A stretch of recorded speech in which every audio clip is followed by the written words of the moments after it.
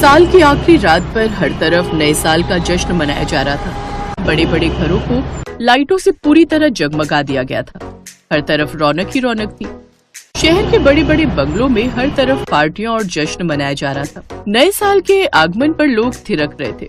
तो वहीं एक झोपड़ी ऐसी भी थी जिसमें एक आदमी अपनी पत्नी को शराब के नशे में धुत होकर बुरी तरह पीट रहा था। मत मारो मुझे, मत मारो, माँ जी बचा लो मुझे। बिल्कुल ठीक कर रहा है वो। एक तो ये मनहूस लड़की जन के रख दी तूने, ऊपर से अपाहिज है। जानती भी है इसकी शादी पर कितने पैसे लगेंगे। एक तो वैसे ही इस लंगड़ी से कोई शादी नहीं करेगा, और कोई अंधा काना मिल भी गया तो वो कितना दहेज मांगेगा पता भी है। मैं तो कहती हूँ बेटा, इन माँ बेटी का किस्सा ही खत्म कर दे। नए साल पर नई बहू ले आऊंगी मैं तेरे लिए, तेरा दूसरा ब्याह करवा दूंगी तो कम से कम लड़का तो जनेगी वो। अपनी माँ की पिटाई होती देख नीलम अपनी दादी से, बाबा नहीं मारो, मत मारो माँ को बाबा। दादी माँ आप बाबा को रोकिए ना, बचा लो ना इन्हें। रमा का पति शराबी था। वो थोड़ी बहुत मजदूरी करके पैसे कमाता था। उसकी एक 7 साल की बेटी नीलम थी जो कि अपाहिज थी। नीलम के पिता अक्सर शराब के नशे में धुत होकर उसकी माँ की पिटाई करता था। उनके साथ उनकी दादी भी रहती थी, लेकिन वो भी अपने बेटे को रोकने की बजाय रमा और नीलम को ही बुरा भला कहती थी। उस रात सब नए साल का स्वागत खुशी खुशी कर रहे थे, तो वहीं अपाहिज नीलम अपनी माँ के जख्मों पर मरहम लगा रही थी। माँ मैं ही मनहूस हूं ना, मेरे कारण बाबा आपको कितना मारते पीटते हैं ना। नहीं मेरी बच्ची, तू मनहूस नहीं है, तू तो भगवान का दिया वो कीमती तोहफा है जो कई मिन्नतें करने के बाद मुझे उनसे मिला। रमा का पति भले ही जैसा भी हो, लेकिन जब भी वो अपनी बेटी को देखती वो अपने सारे गम भूल जाती। ऐसे ही कई साल बीत गए। अब नीलम बड़ी हो चुकी थी और कॉलेज जाने लगी थी। रमा बूढ़ी हो गई थी। नीलम के पिता ने कई साल पहले ही काम छोड़ दिया था और पूरी तरह शराब में ही डूबा रहता था। घर का खर्चा और नीलम की पढ़ाई का खर्च उठाने के लिए अब रमा एक कॉलेज में साफ सफाई का काम करती थी। नीलम भी उसी कॉलेज में पढ़ती थी। एक रोज नीलम क्लास में आ ही रही थी कि अचानक वो बहुत तेज की गिर जाती है। उसकी बैसाखी एक तरफ जाकर गिरती है। ये लंगड़ी का रोजाना का यही ड्रामा है, आते ही पूरी क्लास का माहौल बिगाड़ देती है। नीलम मेरी बच्ची कैसे गिर गई? नीलम ये तेरी बैसाखी, ये ले। सोनिया और नीलम एक ही कॉलेज में पढ़ती हैं। नीलम एक गरीब अपाहिज लड़की है। उसकी माँ रमा उसी कॉलेज में सफाई का काम करती है। नीलम पढ़ने में अच्छी है, साथ ही रमा भी वहीं काम करती है। इसी वजह से नीलम को इसी कॉलेज में एडमिशन मिल गया। सोनिया एक पैसे वाली लड़की है जो बात बात पर नीलम और उसकी माँ का अपमान करती रहती है। एक सुबह, रमा आंटी पोछा लगाओ तो मेरी बेंच पर ये चाय की बूंदें भी साफ कर देना। माँ को कितने दुख झेलने पड़ रहे हैं। काश मैं अपाहिज न होती तो माँ को ये दिन न देखने पड़ते। बापू भी शराब पीकर रोज माँ को मारते पीटते हैं। वो भी मेरी वजह से कितना कुछ सुनती हैं। नीलम का पिता रमेश शराबी था। रोज रात को पीकर वो उसकी माँ रमा को मारता पीटता था। रमा बेचारी कॉलेज में साफ सफाई का काम करके घर का गुजारा करती थी और किसी तरह वो अपनी बेटी नीलम को पढ़ा रही थी। नीलम जब अपने पिता के दुर्व्यवहार को देखती तो बहुत रोती। एक शाम तो हद ही हो गई जब रमेश कुछ लोगों को घर ले आया। रमा, ये सुंदरलाल जी हैं। इस शहर के बड़े व्यापारियों में से एक हैं। मैंने इन्हें अपनी नीलम के बारे में बताया था। ये नीलम से शादी के लिए तैयार हो गए हैं। मैंने तो कह दिया है हमारे पास लड़की के सिवा कुछ नहीं है देने के लिए।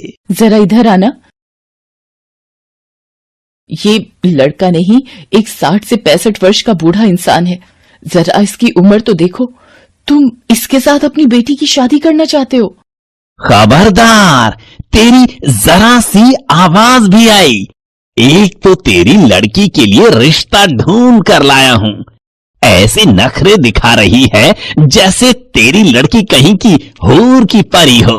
सबको पता है हमारे नसीब फूटे हुए हैं। हमारी बेटी लंगड़ी है। जब तक मैं जिंदा हूँ मैं अपनी बेटी को ऐसे ही किसी के गले नहीं बांध दूंगी। कितने पैसे खाए हैं इन लोगों से शराब पीने के लिए। हमें कोई शादी नहीं करनी। आप सब यहाँ से चले जाइए। मेरी बेइज्जती करने के लिए तू यहाँ लेकर आया था। एक तो तेरी अपाहिज लड़की पर तरस खाकर मैंने उससे शादी करने के लिए हाँ कह दी। सारी उम्र अपनी लंगड़ी बेटी को बैठा कर रखना। तेरी वजह से मेरा कितना नुकसान हो गया। ये वैसे कुछ काम की नहीं, कम से कम इसकी शादी के बदले कुछ फायदा हो जाता। पूरे 2 लाख रुपए सुंदरलाल जी शादी के बदले देने वाले थे मुझे। तूने सब खराब कर दिया।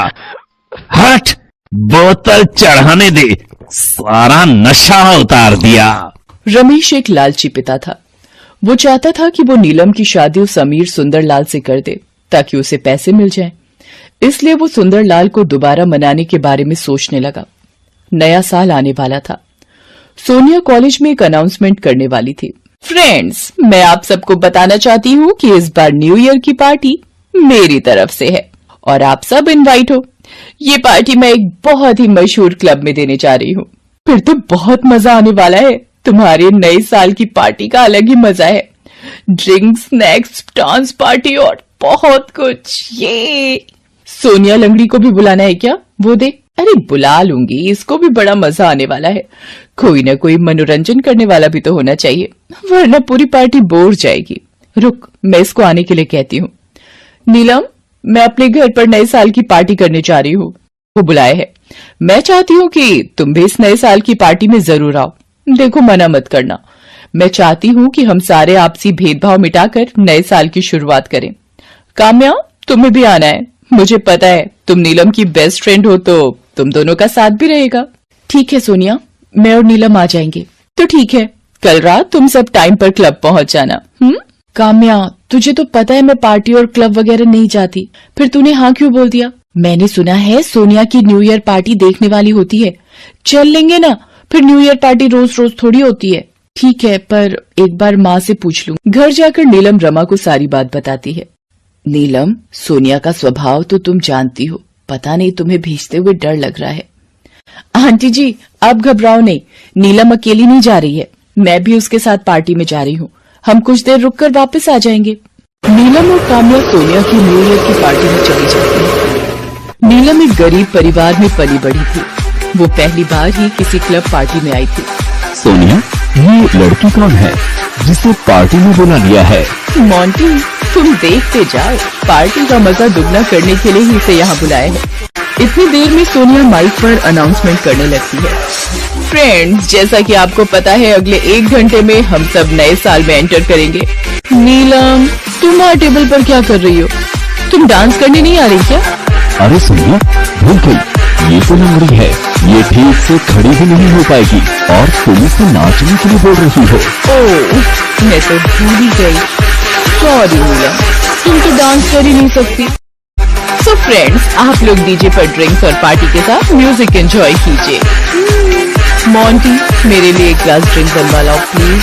ये मुझे ऐसे समझती है जैसे उसके बाप का नौकर हूँ। इसे सबक सिखाना ही पड़ेगा। ये गई नशे की गोलियां ड्रिंक में। ये इस लड़के ने सोनिया की ड्रिंक में क्या मिलाया था और ये ऊपर कहाँ जा रहे हैं? मुझे कुछ गड़बड़ लग रही है। मोंटी, मेरी आंखों के आगे अंधेरा आ रहा है। तुमने मेरी ड्रिंक में कुछ मिलाया है क्या? बस कुछ ही देर की बात है सोनिया, फिर तुम मेरी बाहों में होगी। ये क्या कह रहे हो मोंटी? ये तो सोनिया है और ये मोंटी इसके साथ क्या कर रहा है? नीलम अपनी बैसाखी से मोंटी पर वार करती है। सोनिया, तुम ठीक हो ना? नीलम, आज तुम्हारी वजह से भगवान का शुक्र है मैंने मोंटी को तुम्हारी ड्रिंक में कुछ मिलाते देख लिया। मुझे उस पर शक हुआ और सही वक्त पर मैं वहां पहुंच गई। वैसे नया साल मुबारक हो सोनिया, 12 बज गए हैं। तुम्हें भी नया साल मुबारक हो नीलम। मैंने तुम्हारा हमेशा अपमान किया, मुझे माफ कर देना। सोनिया, पिछली सारी बातें भुलाकर अब नए साल में नई खुशियों का स्वागत करो। अगले दिन सोनिया नीलम को लेने उसके घर जाती है। अरे, ये तो पापा की गाड़ी है। ये नीलम के घर के बाहर कैसे? सुंदरलाल जी, अब नीलम मना नहीं करेगी। हमें आपके साथ हमारी बेटी नीलम का रिश्ता मंजूर है। आप सगाई की अंगूठी नीलम को पहना दीजिए। पापा शादी करने वाले हैं, वो भी मेरी सहेली नीलम के साथ? पापा, आपको शर्म आनी चाहिए। अपनी बेटी की उम्र की लड़की के साथ? छी छी पापा। नीलम, मेरे होते हुए अब तुम अपाहिज नहीं रहोगी। मैं तुम्हारे पैरों का इलाज करवाऊंगी। और पापा, आप यहां से चले जाओ तो ही अच्छा है। और आप नीलम के पिता होकर अपनी ही बेटी की पैसों के लिए किसी के साथ भी शादी कर रहे हो? शर्म आनी चाहिए आपको भी। सोनिया, मुझे ये शादी नहीं करनी। मुझे पढ़ाई करके नौकरी करनी है ताकि अपनी माँ की देखभाल कर सकूं। कुछ दिनों बाद सोनिया एक अच्छे डॉक्टर से नीलम के पैरों का इलाज करवाती है। नीलम के पैर ठीक हो जाते हैं और वो अपने पैरों पर खड़ी होकर चलने लगती है, मानो सोनिया ने उसे नए साल का सबसे बेहतरीन तोहफा दिया हो। सोनिया बिटिया, आज मैं बहुत खुश हूँ। मेरी बच्ची फिर से चलने लगी है और ये सब तुम्हारे कारण हुआ है बिटिया। सोनिया, आज तुमने मेरी जिंदगी में बहुत बड़ा उपकार किया है। मेरे पैर ठीक हो गए। अब मैं एक अच्छी नौकरी करके अपना और अपनी माँ का ध्यान रख सकती हूँ। सोनिया की वजह से नीलम के पैर ठीक हो गए और कॉलेज की पढ़ाई के साथ साथ वो एक अच्छी नौकरी पर लग गई।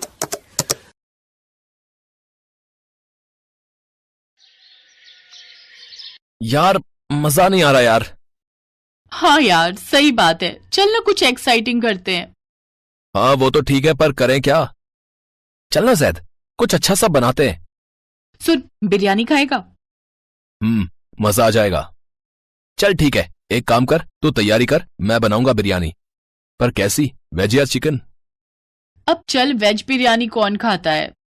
अबे खानी पड़ेगी, आज मंगलवार तो है, नो नॉन वेज। ओ कोई नहीं यारा, आज पंडित जी के लिए हम भी वेज बिरयानी खा लेंगे। अब खुश?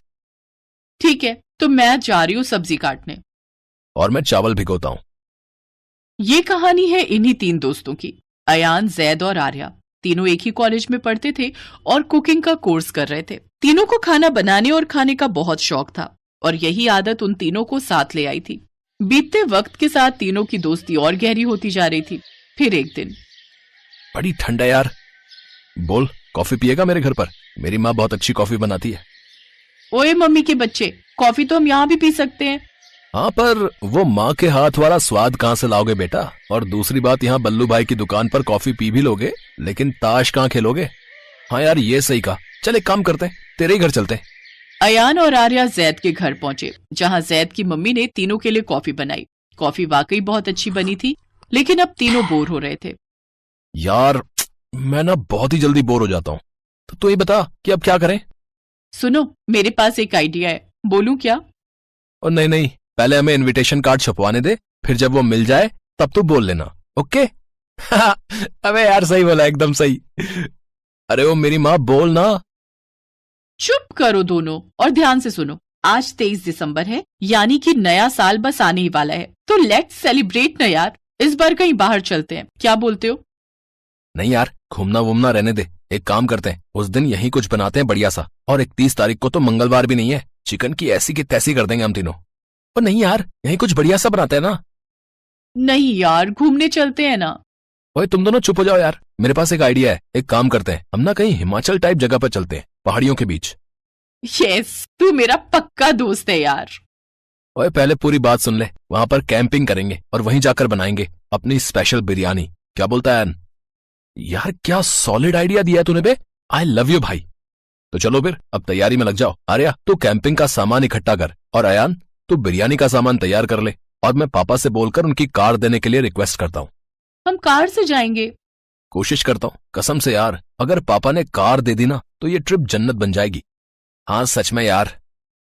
जैद ने अपने पापा को मना लिया और फिर तीनों दोस्त 31 दिसंबर को सुबह सुबह हिमाचल के लिए निकल पड़े। कार की डिग्गी में कैंपिंग और बिरयानी बनाने का सारा सामान था। तीनों गाते गुनगुनाते चले जा रहे थे।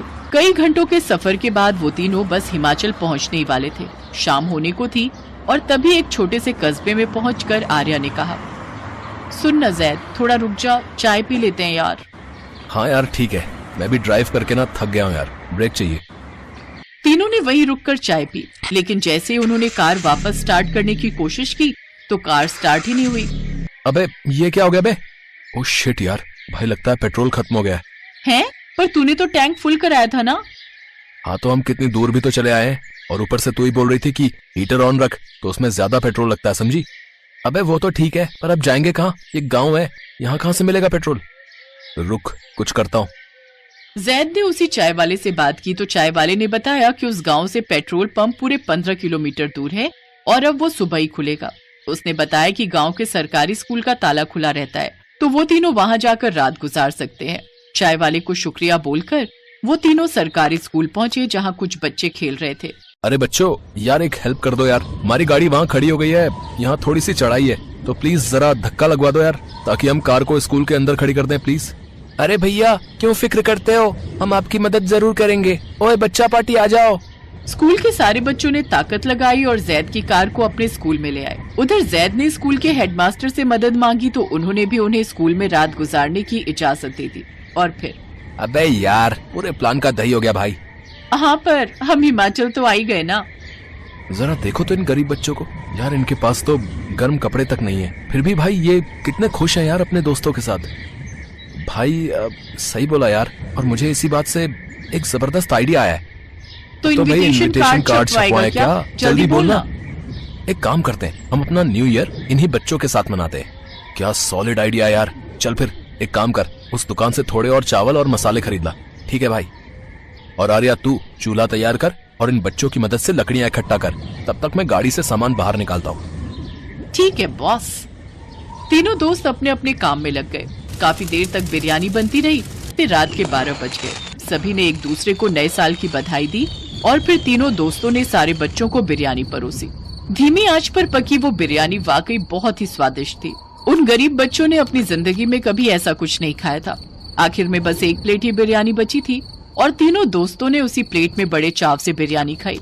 अगले दिन उन्हीं बच्चों की साइकिल से जाकर जैद और अयान पेट्रोल ले आए और फिर जब वो वापस अपने घर के लिए रवाना होने लगे तो सारे बच्चों ने गले लगकर उन्हें विदा किया। बच्चों की आंखों में आंसू थे और उन तीनों दोस्तों के दिल में सुकून। फिर ठीक 1 साल बाद। ओए, नया साल आ रहा है, इस बार क्या करें, कुछ सोचा है? इसमें सोचना क्या है, चलते हैं अपने नन्हे दोस्तों के पास। हाँ, पर इस बार चावल ज्यादा रख लियो भाई। लास्ट टाइम बस चुगने को मिली थी बिरयानी, और क्या पता इस बार पूरे गांव को ही खिलानी पड़ जाए अपनी बिरयानी। अयान की बात पर तीनों ठहाके मारकर हंसने लगे और फिर वो तैयार हो गए, एक बार फिर उन गरीब स्कूल स्टूडेंट्स के नए साल को खास बनाने के लिए।